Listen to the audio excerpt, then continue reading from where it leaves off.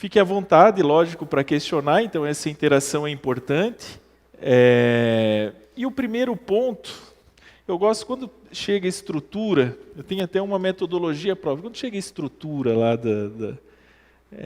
do conteúdo que deve ser ministrado, eu gosto de seguir a estrutura, porque essa estrutura é pensada já tocando nos tópicos importantes, e vocês, logicamente, também escolheram o curso por conta daquela estrutura.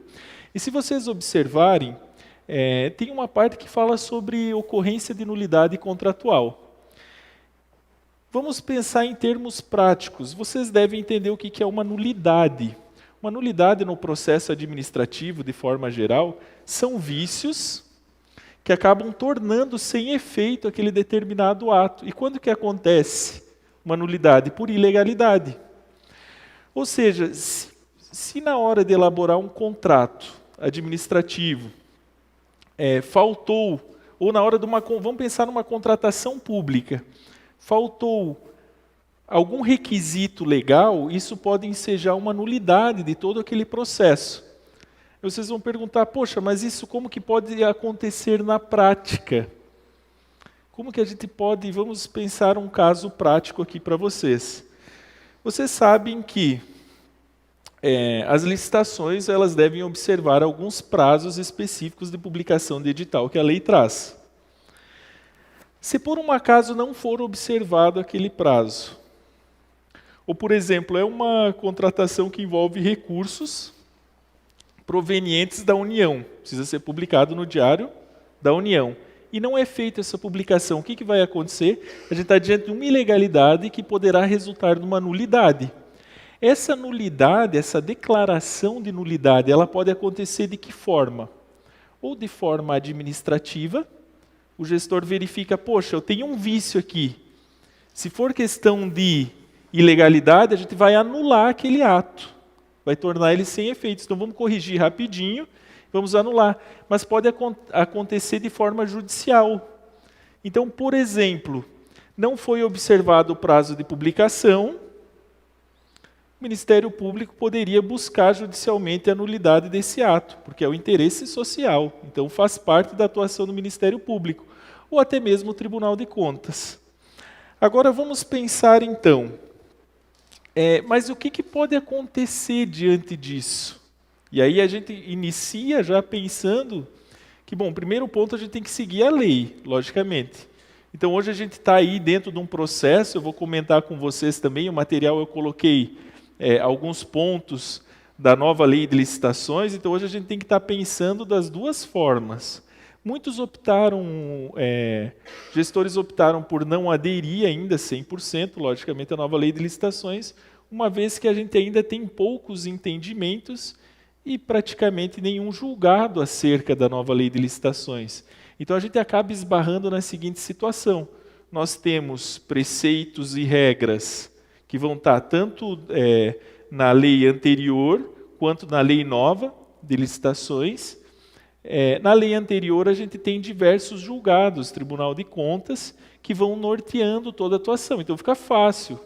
Você vai ler a lei, você vai buscar a interpretação conforme o Tribunal de Contas. Essa é a lógica maior de atuação, e algumas coisas eu vou sugerir, inclusive aqui vou mostrar para vocês algumas decisões judiciais que vão favorecer essa interpretação. Agora vamos lá. Como que a gente fica diante de uma nova lei de licitações, né? O que eu sugiro vocês na prática? E eu vou fazer isso aqui no material e é de grande utilidade.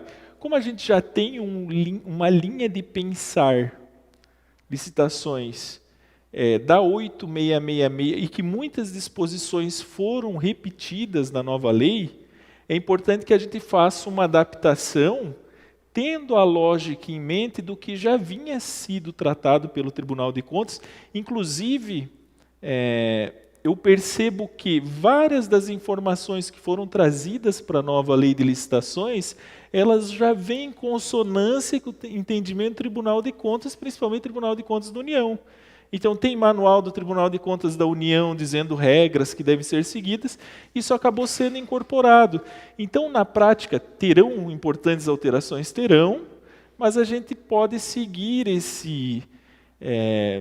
esse espírito que já vem das contratações públicas, esse mover do Tribunal de Contas da União. E aí, se a gente tem um entendimento bem do Tribunal de Contas e da 8666, o que a gente vai analisar? As alterações. E aí, quando eu falo analisar as alterações, isso pode ser feito, por exemplo, com um quadro comparativo. Você pode pegar um quadro comparativo da lei anterior, comparando artigos, né? Vocês vão ver que eles estão distantes uns dos outros. Então, por exemplo, questões que eram tratadas lá no artigo 30 e poucos, vão estar sendo tratados lá no 190 e poucos. Mas alguns quadros aí que vocês podem pesquisar na internet, eu posso até disponibilizar no material, eles vão colocar um artigo do lado do outro e vocês vão conseguir comparar de forma melhor. Então, olha, hoje a gente faz assim o procedimento. Deixa eu comparar o que precisa mudar e o que é igual. E aí vocês vão estudando a nova lei por tópicos. Vocês vão estudando como um texto. Se você pegar a nova lei e ler, fica difícil, vai causar uma bagunça mental, né? Com tantos artigos e as informações desconexas. Então é legal estudar por lei?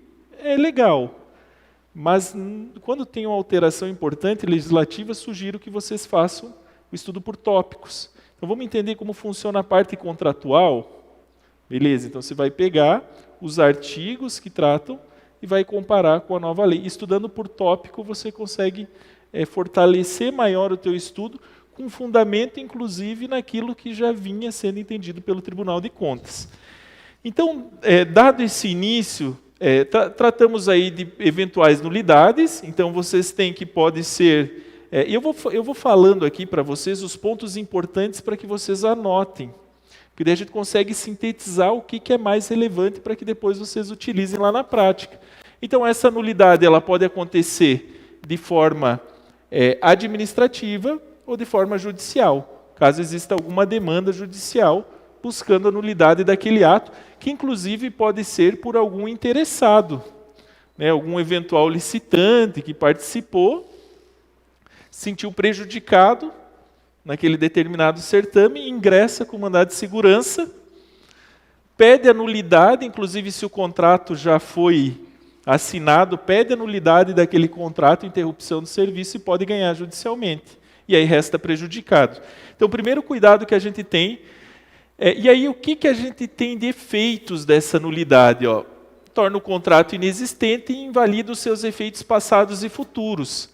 Mas aí vocês vão perguntar, poxa vida, e se a gente cometeu uma falha, que ensejou a nulidade, mas o serviço já foi executado, por exemplo, em partes. Você tem um contrato que, por exemplo, prestação de serviço continuado, está lá, vamos imaginar na Câmara de Vereadores. Eu tenho um contrato de serviço continuado da internet. Então está lá, foi ensejada uma nulidade naquele contrato, e o que vai acontecer então com esses 3 meses que eventualmente teve prestação de serviço? Tá? Será que... O que vocês acham? Será que a parte terá direito a ser indenizada por isso? Então, sim, terá, mas exceto se ela tiver dado causa à nulidade, daí não. Tá? Se ela não tiver, beleza, vai ser indenizado. E vocês vão ver jurisprudência que eu vou trazer aqui, que a jurisprudência é no seguinte sentido. A parte, o contratado, ele executou aquele determinado serviço e a administração se valeu do serviço dele, a administração não pode enriquecer de forma ilícita. Isso na prática, é fundamental e a gente vê, porque as irregularidades, é óbvio que a gente tem que lutar para que elas não existam. Mas, eventualmente, em algum momento, pode ser que aconteça. Ninguém está livre dela. E eis o grande problema. Porque se não conceder isso de forma administrativa, ela terá direito a requerer isso de forma judicial.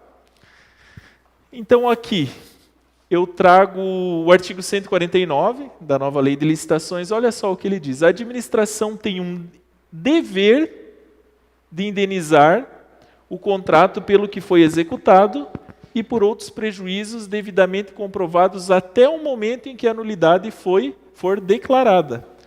Não cabe indenização quando for comprovada a responsabilidade do contratado por esses prejuízos. Aqui é o 59 da 8666, e esse mesmo entendimento, essa mesma reprodução, está lá no 149 da nova Lei de Licitações. Por isso que é legal a gente estudar e analisar, para ficar mais simples, o comparativo dos artigos, né? Então a gente pega o conteúdo base, as informações básicas, e a gente vai comparando o que tem com a nova lei.